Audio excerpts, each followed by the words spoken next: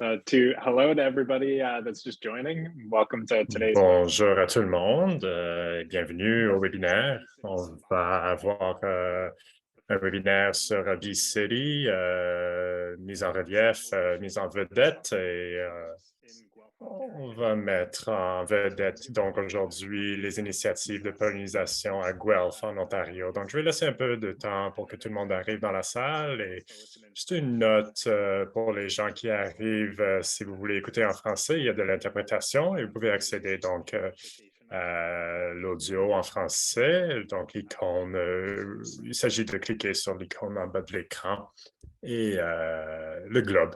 Bonjour à tous ceux qui viennent de se joindre à nous et bienvenue à ce webinaire. Aujourd'hui, nous sommes présents donc pour un webinaire B-City Spotlight qui présentera les initiatives en faveur des pollinisateurs à Guelph en Ontario. Nous allons laisser 1 minute environ aux participants pour qu'ils puissent se connecter avant de commencer.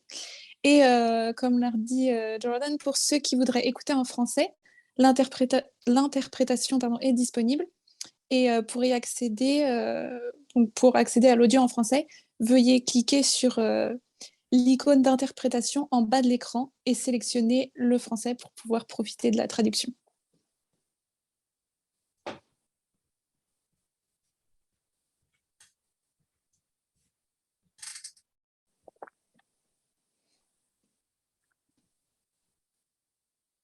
Okay, I think we're about ready to go.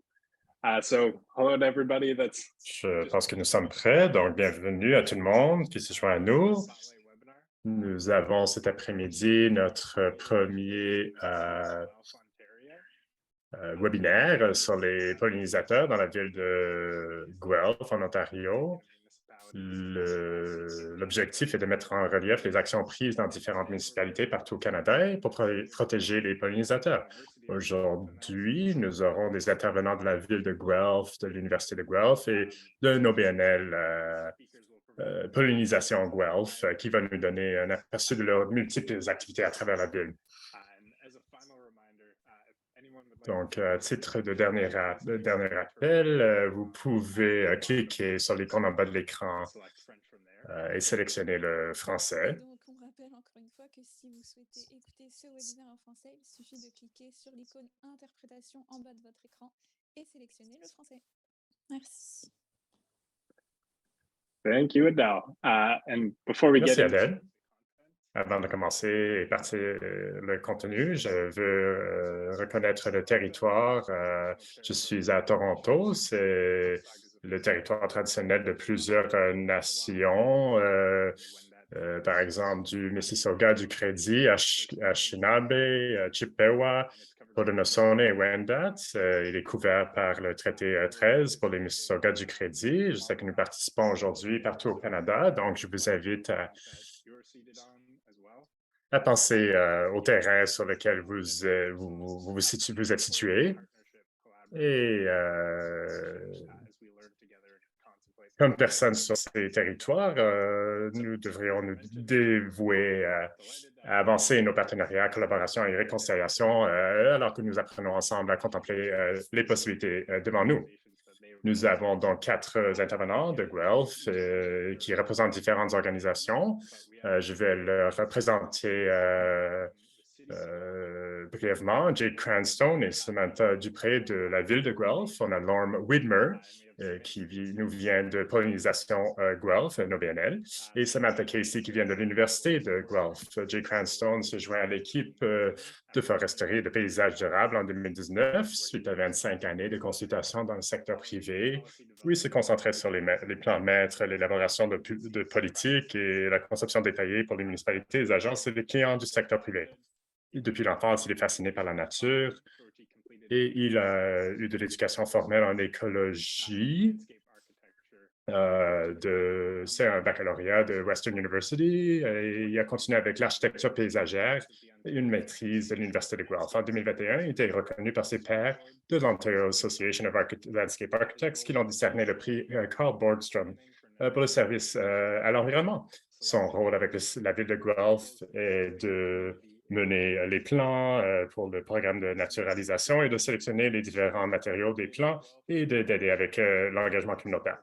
Samantha Dupré est une coordonnatrice de l'intendance communautaire à Guelph depuis 2017. Elle compte le plus grand nombre de bénévoles per capita pour ses parcs au Canada. Donc, elle est passionnée par l'importance de bâtir des relations avec la nature et les uns avec les autres pour améliorer toutes nos relations avec la planète.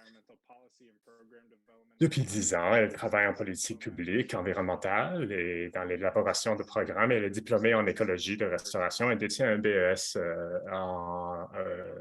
un baccalauréat en études scientifiques, je crois, et en études environnementales de l'Université de Waterloo. Lorne Widmer était l'un des premiers directeurs de BCD Canada. Il est trésorier de Pollinisation Guelph et était directeur de l'organisation pendant 12 ans.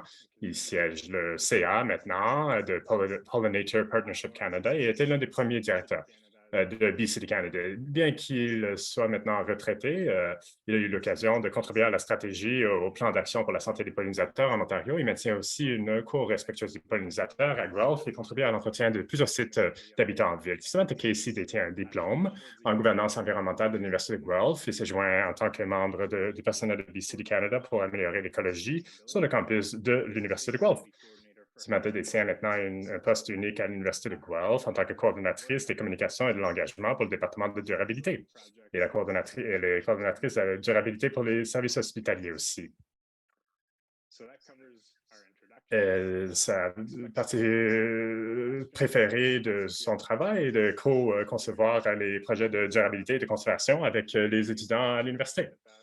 On va avoir une période de questions et réponses à la fin aujourd'hui. Et on va essayer de répondre au plus de questions possibles à la fin. Donc, je vais passer maintenant la parole à Samantha de la ville de Guelph. Samantha.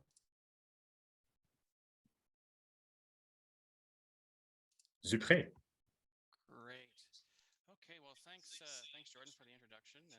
Jay Cranston aussi. Merci beaucoup pour l'introduction, Jordan, et de l'occasion de partager ce que nous faisons ici à Guelph. Nous sommes très contents de partager.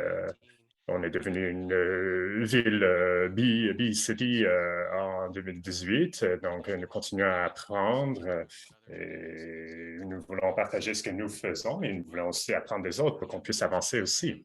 Nous avons plusieurs programmes qui sont en lien avec l'habitat des pollinisateurs et augmenter la biodiversité. Certaines étaient là avant qu'on devienne un B-City, une B-City. Rapidement, ce que nous allons faire, je vais parler de la politique publique et de là où on vient. Je vais parler un peu des aspects techniques de nos programmes de naturalisation aussi. On a différents programmes, donc il y a la tombe de prairie, plusieurs différents programmes dont je vais parler. Samantha va prendre la relève après, elle va mettre en vedette certains programmes aussi, mais elle va parler plus du côté de l'engagement communautaire, nos jardins communautaires, l'intendance de la communauté, etc. Nous n'avons pas le temps d'aller trop en détail sur tous les programmes, mais je vais juste toucher sur quelques points importants. Je vais parler rapidement de notre programme de gestion des espèces envahissantes. C'est une grande partie du processus. Nous faisons de la gestion de ces espèces non indigènes. Et il faut planter, en fait, des espèces indigènes une fois que cette gestion est terminée. Notre mandat est enraciné ancré dans plusieurs de nos politiques clés, en commençant avec, au plus haut niveau, avec le plan stratégique de la ville et le plan officiel de la ville, qui comprend quelque chose qui s'appelle notre plan d'action pour le patrimoine naturel. Cela s'articule davantage dans notre plan officiel Et notre plan d'action pour le patrimoine naturel, comme je viens de mentionner, et le plan de gestion de la forêt urbaine et notre plan des parcs. Et ils offrent des détails et quelques actions clés. Et certains des programmes que nous développons et que nous améliorons proviennent de ces programmes-là. Cela comprenne nos projets donc de propagation des espèces indigènes, les jardins, les paysages en santé, le maintien, l'entretien des prairies. Samantha va parler aussi des jardins communautaires et de l'intendance au niveau de la communauté. Nous engageons beaucoup avec la communauté, le public. Nous ne pouvons pas le faire tout seul et avoir des partenaires. Ça nous a aidé énormément à nous amener là où nous en sommes et ça va nous aider à avancer aussi. Comme toute autre ville, Guelph est une grande ville. Quand on pense à tous les espaces partout au pays, ça peut être un peu intimidant d'essayer de décider où on devrait faire la naturalisation au niveau le plus élevé, c'est-à-dire globalement et aussi au niveau des sites. On utilise le SIG ou le GIS pour l'infrastructure et pour la gestion de nos sites. Nous avons cette capacité d'utiliser le SIG pour la restauration et notre planification. Nous utilisons maintenant un système, auparavant, nous utilisions un système de données. Donc, on avait une idée de là où étaient les plantations historiquement, mais maintenant, avec cette nouvelle technologie, le SIG et le GIS, nous sommes capables de cartographier tous ces lieux. Et on peut comprendre ici qui l'a fait, où on l'a fait et quand on l'a fait. Donc, ça, c'est globalement ce que nous faisons, mais nous avons aussi des programmes plus grands et on peut les intégrer dans cela. Donc, comme notre plan d'action pour le patrimoine naturel et ce que nous faisons aussi du côté des espèces envahissantes. Au niveau de... Cela nous permet d'identifier des endroits où nous pouvons encourager l'habitat naturel et on peut faire des zooms jusqu'au niveau des sites pour regarder exactement ce que nous voulons faire sur chaque site. Donc, nous l'utilisons, la technologie, pour nos moyens, mais pour les communications à l'interne aussi. Guelph, nous avons un groupe de travail interne qui s'appelle le comité de mise en œuvre de l'écologie, la restauration écologique. Nous nous rencontrons quelques fois par année. C'est la responsabilité de notre équipe de décider quand nous voulons faire ce que nous faisons et quand les plantations ont lieu. Et nous partageons cela avec notre comité pour avoir leur perspective et pour savoir s'il y a des politiques clés auxquelles nous devrons nous adhérer et qu'est-ce qu'on doit incorporer dans le travail. Nous pouvons utiliser également les informations dans ce système pour communiquer à l'extérieur de la ville avec nos partenaires, avec le conseil, avec tout le monde qui est à l'extérieur de la ville. Les plantations de naturalisation, c'est un peu le fond du programme. C'est quelque chose qui a commencé dans les années 90 et c'était primordialement avec des partenaires dans la communauté.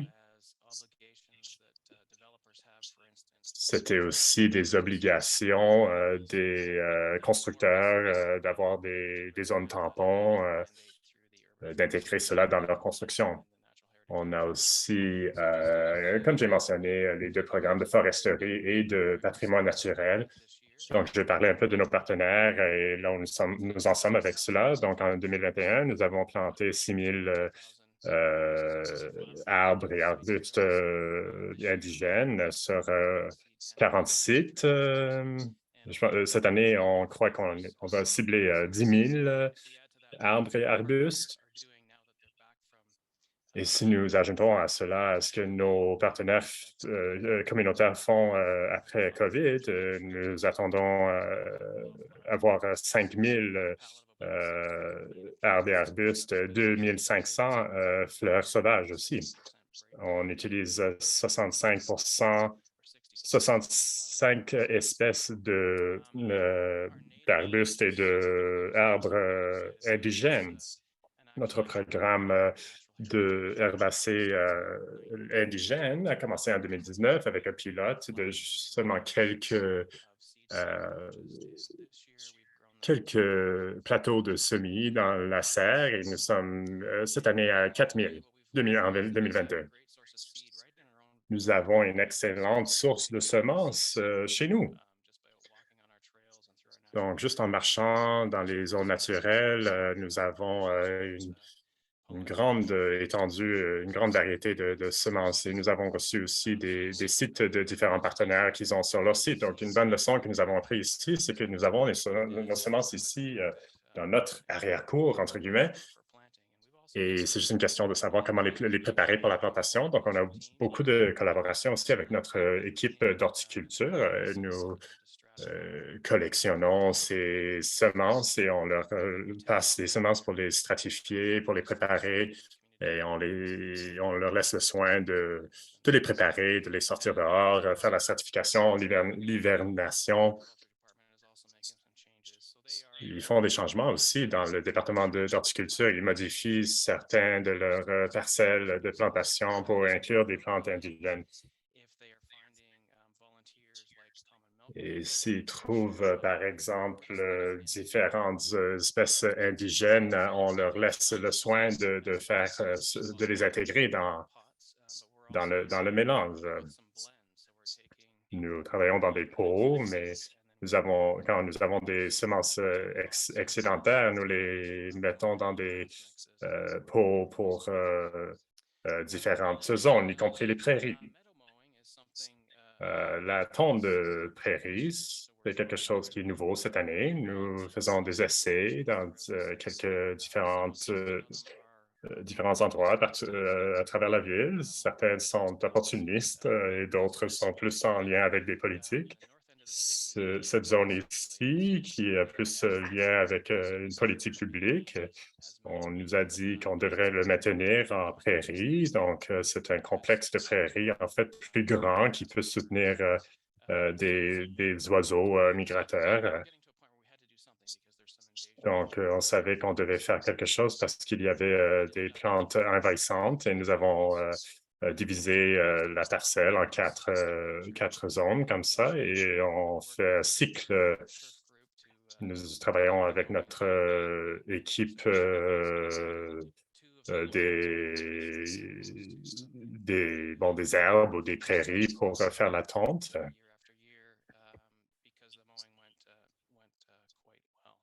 Ça a bien été pour cette année, donc on croit qu'on va continuer avec les autres zones dans la parcelle dans les prochaines années. Voici une photo de l'avancement de la tonte.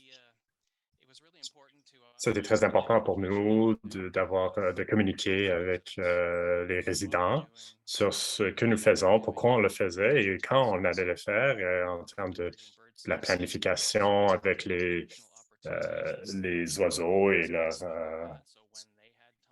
les différents rôles qu'avaient les différents membres du personnel qui faisaient la tonte. Donc, il y a les résidents dans les alentours qui sont affectés directement, mais il y a aussi des publications sur les réseaux sociaux que nous avons émis pour conscientiser le grand public sur nos efforts. Je vais passer maintenant la parole à Samantha. Je vais arrêter de partager mon écran.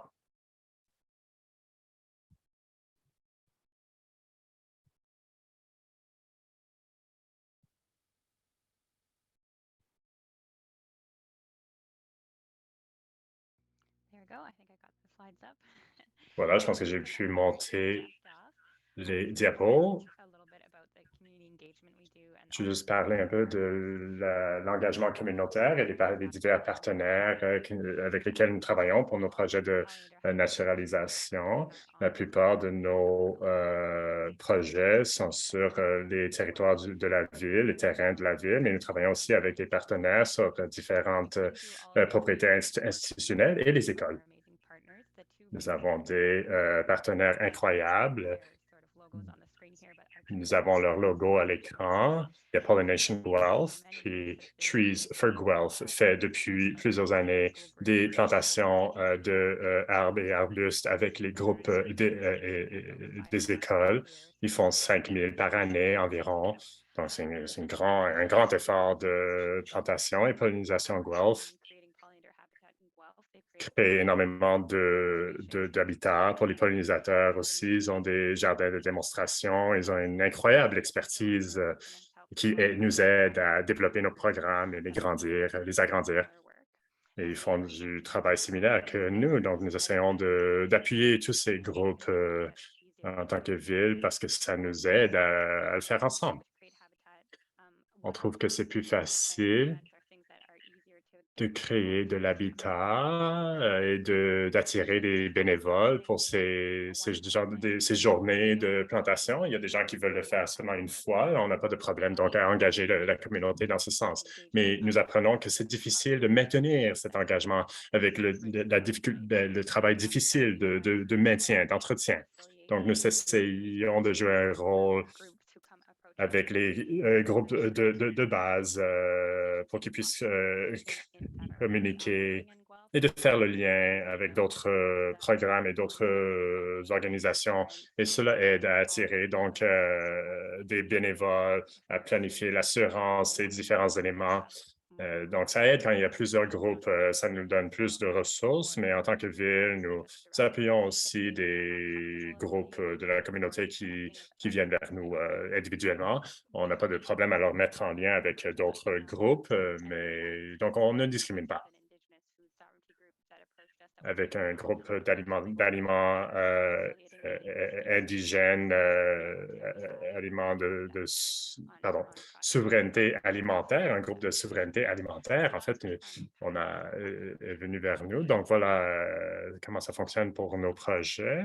Prochaine diapo. Donc, c'est sur des terrains publics et nous voulons engager la communauté dans les projets sur les terrains privés aussi, dans leur cours. On a un programme, par exemple, de paysage en santé.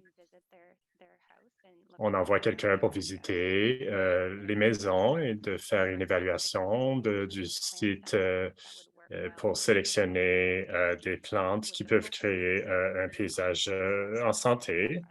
On sélectionne des plants qui sont résistants à la sécheresse et qui aident les pollinisateurs aussi.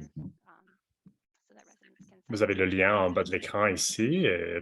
C'est là où les résidents peuvent aller pour s'inscrire. C'est l'un de nos programmes les plus populaires pour les résidents qui n'ont pas d'espace privé, mais qui veulent s'impliquer. Et même pour les gens qui veulent juste redonner à la communauté et être impliqués. Nous avons des jardins communautaires un peu partout dans la ville, et plusieurs de ces jardins sont sur le terrain, des parcs dans la ville aussi, dans les cours des écoles, différents établissements aussi, partout dans la ville.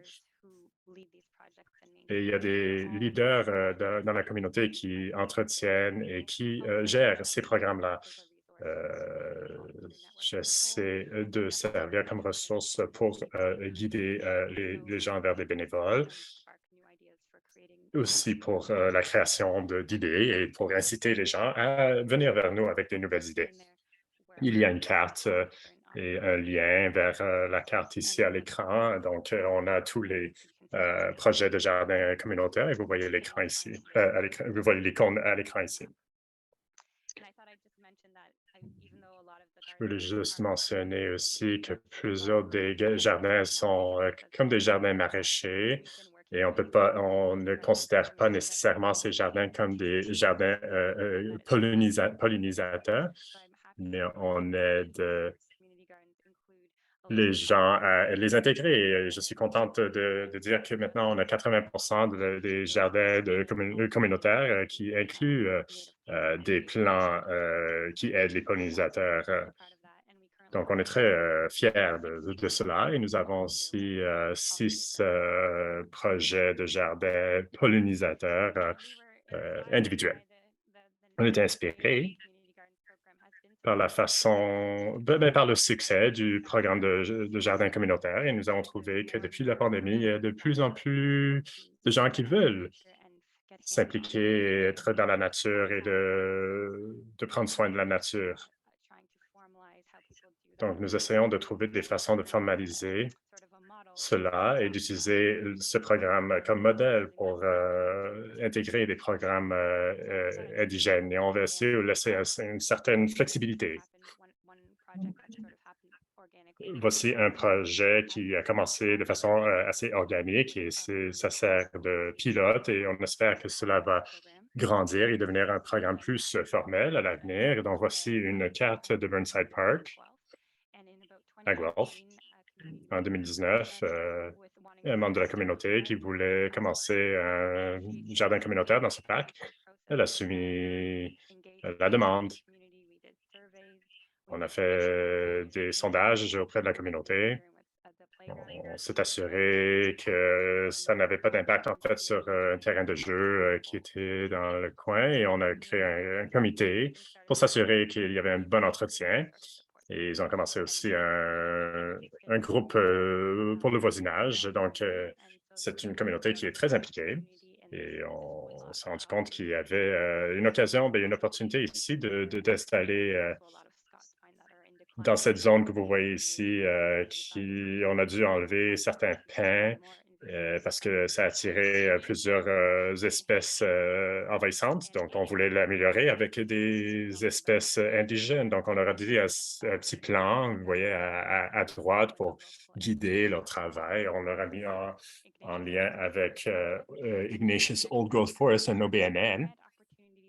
Et ils ont pu discerner de cette façon plusieurs bourses. Ils ont pu toucher plusieurs bourses, etc. Vous voyez ici les photos 2019 avant et 2022 après, avec tous les arbres et les arbustes indigènes. On a aussi mis des paillis pour établir un sentier dans la forêt. Et on a enlevé les espèces envahissantes et les sont remplacées avec des espèces indigènes. Donc, pour l'avenir, ce que nous essayons de faire, c'est d'améliorer notre programme de naturalisation et de regarder les endroits où nous avons planté différentes espèces et lesquelles vont bien, lesquelles ne vont pas bien et d'adapter cela en fonction des changements climatiques. Nous allons vers le Arboretum à l'Université de Guelph, où ils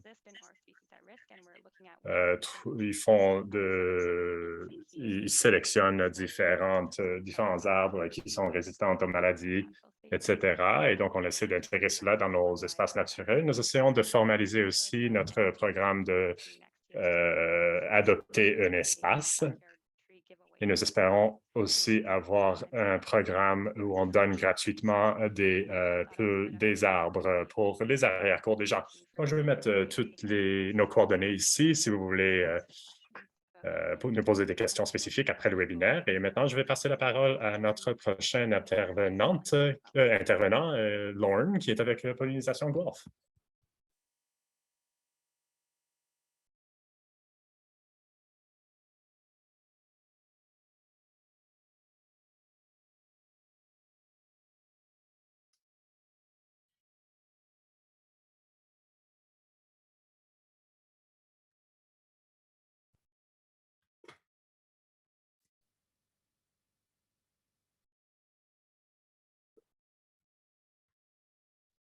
Is the screen share working for everyone? Vous voyez mon écran? Partage d'écran fonctionne? Oui, ça fonctionne pour moi. Good to go. Parfait. Okay, and Jordan, you're going to give me a little help with the slides. Jordan, tu vas m'aider avec les diapos? For sure. Oui, Okay, absolument. jump right in then. Je vais commencer. I want to thank Je veux remercier B-City Canada pour l'occasion, l'opportunité de présenter nos partenaires de la ville de Guelph et Pollinisation Guelph. Comme vous voyez, nous sommes à Guelph depuis 2008, donc je pense qu'on est l'une des premières villes à aider à établir des pollinisateurs dans les villes. Les pollinisations Guelph a beaucoup de ressources. Il y a beaucoup d'intérêt dans la ville, en fait, pour les choses reliées à l'environnement en général et aussi aux pollinisateurs de façon spécifique. Prochaine diapo, s'il vous plaît. Voici une capture d'écran. Ce sont nos 8 membres du CA. Nous avons différents parcours universitaires, éducation, des OBNL, secteur privé, etc. On a beaucoup de talent et nous l'utilisons de façon très... nous le mettons vraiment au service de la ville. Je présume qu'il y a des gens qui regardent cette présentation aujourd'hui de partout au Canada, donc je veux juste vous montrer où se situe Guelph exactement. Nous ne sommes pas une grande ville, mais ça aide de voir où nous sommes situés. On est dans le sud de l'Ontario, on n'est pas loin de la zone carolinienne. Il y a plusieurs espèces que vous pouvez trouver dans notre ville, plusieurs pollinisateurs, plusieurs plantes indigènes. Voilà où nous sommes situés. Il y a des avantages et des défis, évidemment. Prochaine diapo. Donc, les origines de l'organisation ont commencé en 2008 suite à une conférence sur les pollinisateurs à l'Université de Guelph. Nous sommes incorporés au niveau fédéral comme OBNL. Nous avons notre numéro d'association caritative. Nous n'avons pas de membres rémunérés, donc on dépend vraiment des bénévoles pour atteindre nos objectifs. On n'a pas un grand budget annuel, mais nous avons de 10 à 15 000 annuellement. Nous allons chercher chaque année. En termes de collecte de fonds, nous avons des dons, des bourses, des commandites. On a une vente de semi-annuelle. On vend des livres. On a des pancartes d'habitat. Notre vision, c'est que Guelph soit un modèle mondial pour la promotion et la protection des pollinisateurs et de mener la charge en durabilité environnementale. Cette vision a été créée il y a 13 ou 14 ans, mais je pense que ça s'applique encore aujourd'hui. Donc, quelques bribes d'informations. Je pense que j'ai mentionné, on est l'une des premiers organismes communautaires au Canada dédiés à la conservation des pollinisateurs et leur habitat. On a collaboré avec la ville de Guelph depuis le début, depuis notre lancement. On a pu leur aider à avancer leurs initiatives, leurs priorités dans des espaces naturels. Et la ville a pu nous donner plusieurs ressources et nous a appuyés. Et cela nous a aidé énormément. Notre première initiative d'envergure, c'est le site d'enfouissement Eastview. Nous essayons d'y mettre des espèces et des plants indigènes depuis plusieurs années. Nous surveillons aussi non seulement les pollinisateurs, mais les oiseaux. Donc, on a des données et un peu d'historique là-dessus aussi. Pollinisation Guelph a contribué à la demande de la ville de Guelph qui a été envoyée à BCD Canada. Nous avons reçu aussi plusieurs reprises des bourses pour le travail que nous faisons. North American Pollinator Partnership Campaign, Society for Organic Urban Land Care, Nature Ontario et des bourses de plusieurs organisations. Notre mandat a 5 volets. La conservation, la communauté, l'éducation, conscientiser le public, la recherche et le plaidoyer. Je vais en parler un peu plus en détail. la conservation. Nous essayons de nous concentrer sur les pollinisateurs indigènes et aussi d'encourager la plantation d'espèces qui sont indigènes à l'Ontario. Nous avons différents sites. Nous avons un site à Hospice Wellington. Nous avons un autre dans un centre de services d'urgence, Clare Road Emergency Services Center. On a aussi des petits sites le long du Trans-Canada Trail. Nous soutenons aussi d'autres organismes communautaires qui peuvent travailler sur l'installation d'habitats de pollinisateurs. Il y a 3 ou 4 ans, nous avons aidé un organisme à installer un grand habitat de pollinisateurs. La communauté, on a déjà parlé avec les différents groupes avec lesquels nous collaborons. C'est toujours bien d'impliquer plus de monde. J'ai parlé de la vente de semi-annuels. C'est une grosse affaire maintenant. Nous avons 10 000 $ avec ce programme. Nous avons un programme de bourse aussi dans sa 3e année où nous donnons des bourses. Nous offrons des bourses. Et c'est surtout pour installer de l'habitat pour les pollinisateurs. Nous essayons de continuer avec ce programme-là. Nous allons continuer à l'évaluer pour voir à quel point il est efficace. Nous appuyons aussi des groupes et des organismes à l'extérieur de Guelph également. Je vais en parler davantage plus tard. Plus tard, c'est maintenant donc l'éducation. Nous avons notre site web avec des ressources en ligne et des vidéos, réseaux sociaux, des webinaires comme celui-ci. Nous avons notre propre série de webinaires. Nous avons des présentations en personne, des kiosques. On a des différentes publications, des ventes de livres d'un auteur, Heather Home, qui est spécialisé en pollinisateurs. Nous vendons des pancartes pour l'habitat, pour éviter que les gens aient toujours expliqué que leur avant-cours n'est pas parfaitement entendu. Nous avons un symposium annuel aussi, un colloque annuel. Avant COVID, on avait ça. On a aussi des bourses que nous offrons aux chercheurs sur les pollinisateurs. Nous surveillons toujours aussi nos sites pour les différentes espèces. Le plaidoyer, j'ai parlé de l'importance de la relation avec la ville, et c'est avec les personnels de la ville, mais les élus aussi. Nous avons eu la bonne fortune d'avoir une bonne relation avec les maires, avec les différents membres du personnel, ce qui nous a permis d'accomplir de grandes choses. Nous avons encouragé le secteur privé à prendre de l'action, par exemple en communiquant avec Electra et le Cooperators, c'est une grande assureur.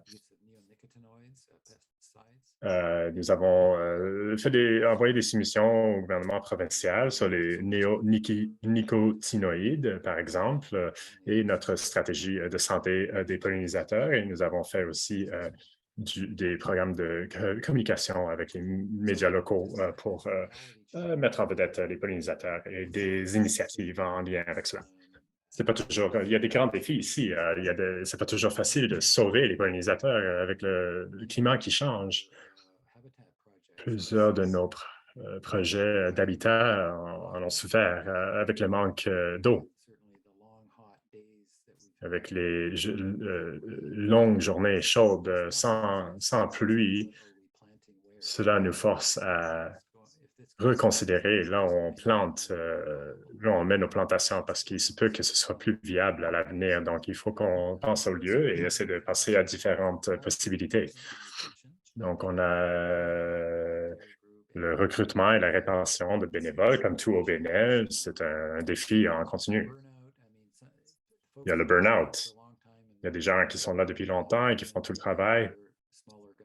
Comme tout petit organisme, c'est quelque chose que nous devons reconnaître et essayer d'attaquer. Et l'entretien et le maintien à long terme des sites d'habitat, tout le monde aime planter, mais au bout de 3 ans, quand il faut faire du désherbage encore, il y a plusieurs personnes qui disparaissent. La collecte de fonds, on fait de plusieurs façons différentes, mais ça s'applique sûrement à plusieurs des organismes qui travaillent dans cet espace. Vous n'êtes pas seul. On a tous des défis à cet égard. Et pour terminer, en beauté, j'ai mis cette belle photo et de savoir que nous pouvons faire une différence pour l'avenir, de voir un beau papillon comme ça et un enfant heureuse, ça nous encourage à continuer. Je vous encourage à visiter notre site web. Il y a un lien en bas de l'écran. Si vous voulez me contacter ou les gens dans notre organisme, vous pouvez nous envoyer un message pollinationguelph.ca. Merci pour l'opportunité et l'occasion de présenter aujourd'hui.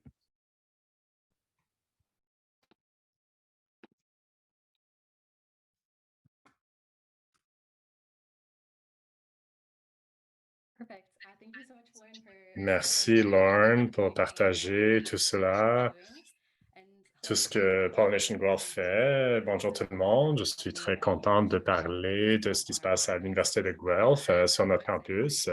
Je suis très contente d'être là parce que en 2018, quand nous sommes devenus un campus pour les abeilles, j'ai mené la charge, donc je suis très content de pouvoir être assise ici devant vous aujourd'hui pour partager avec vous la réalisation de notre vision. Donc, vraiment, la boucle se ferme. Donc, je vais vous expliquer ce que nous faisons avec le Bureau de la durabilité et tous les projets. Et je vais juste reconnaître qu'il y a plusieurs groupes sur le campus que je vais mettre en vedette et qui font du travail excellent. Et donc, sur notre site web, vous pouvez trouver plus de détails sur tous ces projets et ces initiatives pour aider les pollinisateurs. Comment j'ai structuré la présentation aujourd'hui? Ça revient à notre demande quand nous sommes devenus un campus pour les abeilles et quelques actions que nous avons et comment nous sommes restés fidèles à ces actions-là. Et donc, je vais essayer de mettre en lumière ce que vous pouvez faire en tant que campus pour les abeilles, Bee Campus. Donc, en 2018, quand nous sommes devenus un campus pour les abeilles, on était emballés de devenir un campus pour les abeilles et d'être nommé comme tel. On avait tellement de succès parce qu'on avait beaucoup de champions, personnes qui ont appuyé la cause partout sur le campus. Et donc, il y a la difficulté de ne pas savoir vers qui aller ou où aller. Donc, je pense que à Guelph, on est très chanceux. On a une belle culture de prendre soin les uns des autres, mais aussi pour l'environnement et pour les pollinisateurs dans la ville et ici sur le campus aussi. Donc, pour nous, je trouve qu'on est resté fidèle à cela. Et quand nous avons trouvé l'idée, on a découvert que les réseaux sociaux sont très puissants. Et c'est une belle façon d'appuyer les initiatives de conservation et de durabilité. Et donc, quand nous avons regardé, quand nous avons commencé le processus de demande, on s'est demandé, qu'est-ce que nous faisons déjà et qu'est-ce qu'on peut faire mieux? Nous avons identifié différents champions, différents défenseurs de différents endroits et du personnel de l'université, notre département qui s'occupe du maintien des lieux. Ils sont incroyables. C'est vraiment des super êtres humains. Nous faisons des choses, par exemple, d'avoir des cimes d'arbres qui ont plus de verdure et qui produisent plus de fruits. Ils sont plus feuillus. Et nous avons dû sortir de la documentation. Donc, on voulait célébrer et reconnaître ce que nous faisons déjà. Donc, j'encourage les autres campus, si vous voulez. Donc, je vous encourage à regarder ce que vous faites déjà et ensuite regarder vers l'avenir. On voulait mettre en action la théorie, la recherche et faire la transition vers les actions sur le campus. C'est peut que vous soyez familier ou un terme qui est utilisé en général, c'est d'utiliser le campus comme un laboratoire vivant. Je vais parler de cela dans ma présentation. Une grande partie de notre désignation comme campus pour les abeilles, c'est que nous avons pu intégrer notre plan d'action avec le bureau de durabilité, qui est évidemment un pôle pour la durabilité ici sur notre campus, pour le pilier économique, environnemental et de durabilité. Donc, on a pu devenir comme ça l'agence centrale pour avancer ces initiatives. Donc, comment nous célébrons les pollinisateurs? Je trouve que la célébration est quelque chose qu'on oublie souvent. Il ne faut pas l'oublier. Dans les dernières années, avec la pandémie, on a dû faire notre travail en ligne. Nous avons célébré quand même beaucoup en ligne, donc on a trouvé plusieurs façons différentes de le faire. On a été créatifs. Nous avons fait nous avons eu plusieurs événements en ligne. On a notre festival des semences aussi que nous avons lancé en mars 2022 et ça, c'était pour célébrer les plantes et les espèces indigènes et les relations mutuellement bénéfiques entre eux, elles. Nous avons concentré sur ce programme pendant tout l'été, mais à l'automne, c'est un peu froid. On se prépare en tout cas là, pour des plantations à l'automne, pour passer les mois d'hiver aussi. Nous avons le Festival de semences en octobre. Ça va être la journée mondiale de l'habitat.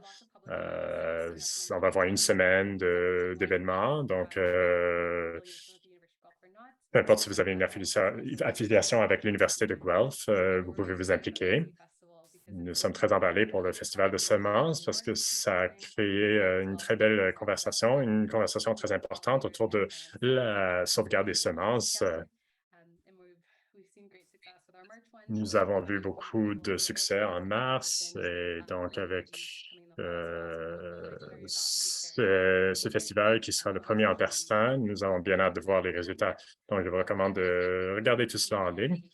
Donc, je vais parler maintenant de la promotion de l'éducation sur les pollinisateurs. Donc, ça, c'était l'une des actions qui était nécessaire pour la demande en ligne.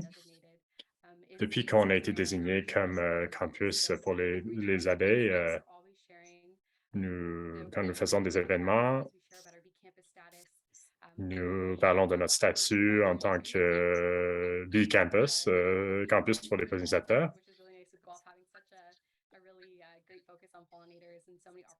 Comme la ville de Guelph se concentre beaucoup sur les pollinisateurs, on a beaucoup de... On est allé, par exemple, à Guelph Bug Day, la journée sur les insectes à Guelph. Et nous avons distribué ces affiches.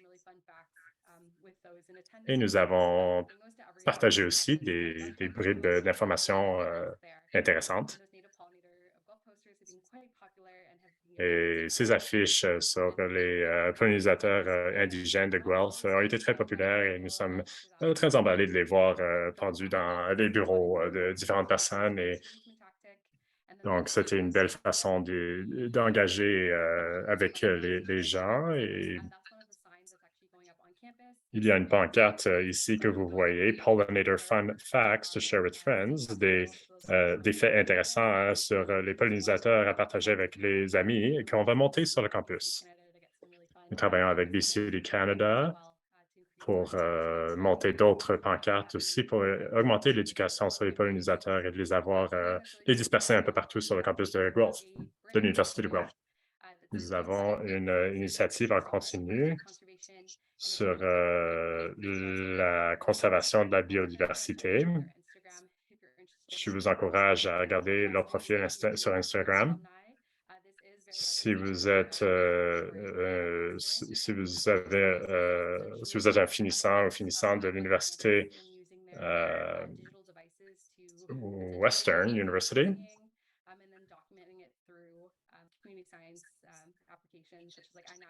ils ont une initiative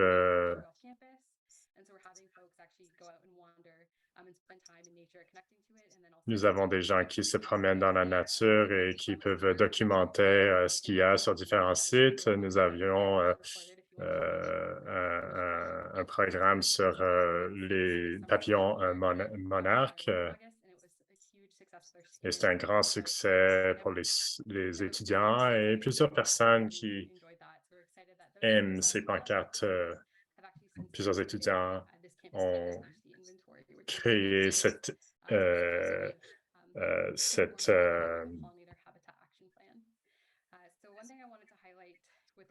inventaire des pollinisateurs à Guelph. Une autre chose qu'on fait sur le campus, une grande partie d'être un bee-campus, c'est de créer de l'habitat et faire de la restauration sur le campus. Donc, on était chanceux et chanceuses de travailler avec le World Wildlife Fund, le fonds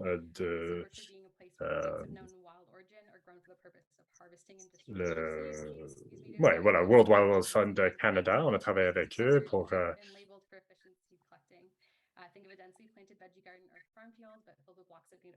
comme ça, nous avions une banque de graines qui a été lancée et Ryan Godfrey, qui est spécialiste en conservation au Canada pour le WWF. Je vais être honnête, nous avions des problèmes avec la météo cet été parce qu'il faisait tellement chaud et plusieurs choses que nous avons plantées, on pensait qu'ils allaient s'établir et s'enraciner mieux, mais les résultats étaient moins bons que prévu, moins bons que prévu. Donc, on essaie de regarder comment planter à l'avenir et comment grandir ces vergers de semences. Il y a beaucoup d'informations en ligne sur cette initiative en ligne. Ces vergers de semences sont plantés par les étudiants ici sur l'Université de Guelph. Nous avions un étudiant qui a travaillé avec l'un des professeurs pour essayer de trouver des zones où on pouvait augmenter le nombre de pollinisateurs. Donc, on a bien hâte de voir les résultats de cette recherche et l'impact que ça va avoir sur les décisions où situer les vergers de semences. Nous essayons de créer une bibliothèque des semences sur le campus. Donc, les personnes vont pouvoir donner leurs semences à la bibliothèque pour l'utilisation dans différents lieux. Donc, voilà un plan d'avenir. Maintenant que nous avons des actions qui se passent sur le campus en personne, nous avons bien hâte de voir les résultats. Il y a les services d'hospitalité. C'est important de parler de l'importance des pollinisateurs en termes des systèmes d'alimentation. Et nous avons travaillé avec les services d'hospitalité pour parler voilà, de l'importance des pollinisateurs pour nos systèmes alimentaires.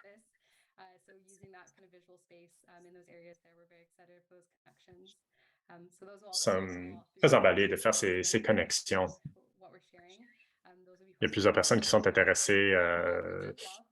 Pour les gens qui sont intéressés dans nos projets, bien, on fait beaucoup de publications sur les réseaux sociaux. On a des guides de pollinisation aussi sur le campus. On a le Bird Safe Guelph aussi, donc qui travaille pour aider à rendre le campus plus respectueux des oiseaux. Nous avons adapté dans notre code du bâtiment des normes qui sont plus respectueux des oiseaux. Nous essayons de voir les différentes façons que nous pouvons faire cela en connexion avec notre habitat pour les pollinisateurs. Donc, il y a beaucoup de chevauchements avec nos projets.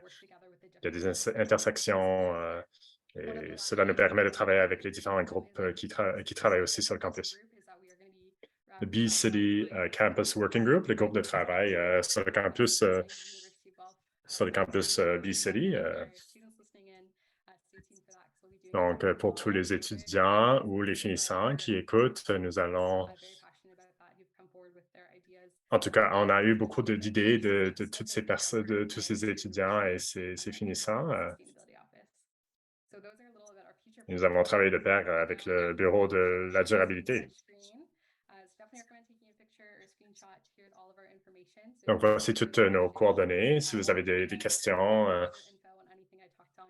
si vous voulez avoir plus de détails sur ce que j'ai sur ma présentation aujourd'hui, ou voilà, nous invitons toujours les questions. Si vous voulez devenir aussi un campus pour les abeilles, ben, je serais contente de vous expliquer comment nous sommes devenus. Merci beaucoup à B-City Canada pour nous recevoir. Et donc, je vais passer la parole maintenant à Jordan.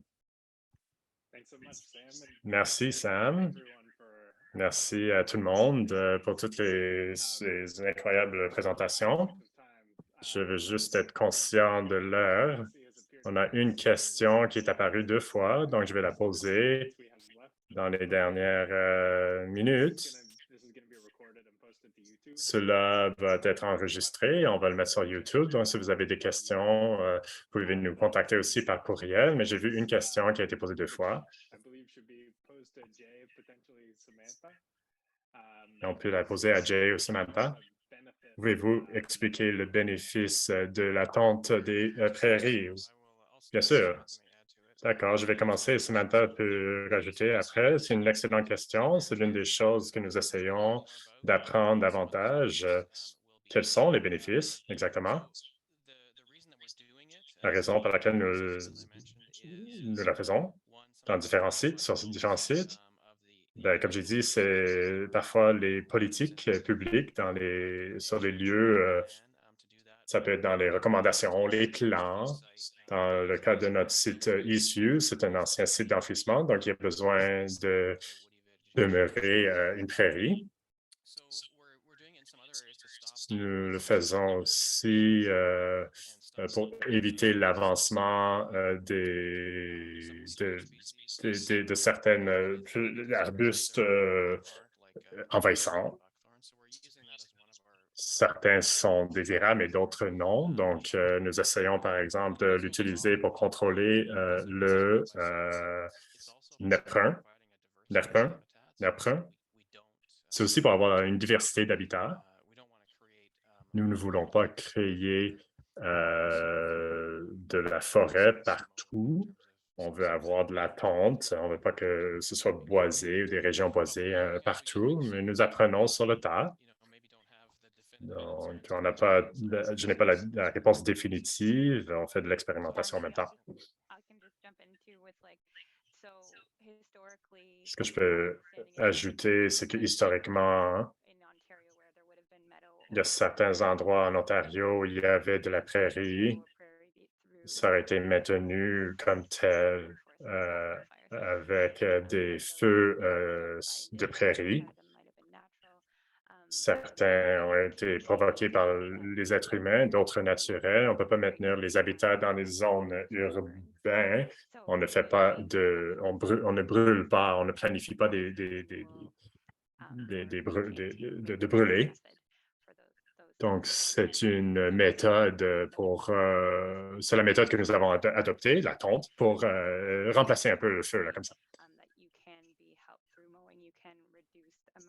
On a vu qu'on peut améliorer les sites et on peut réduire le nombre de plantes et d'espèces non indigènes, et tout dépendamment du moment et de l'étendue de la tente.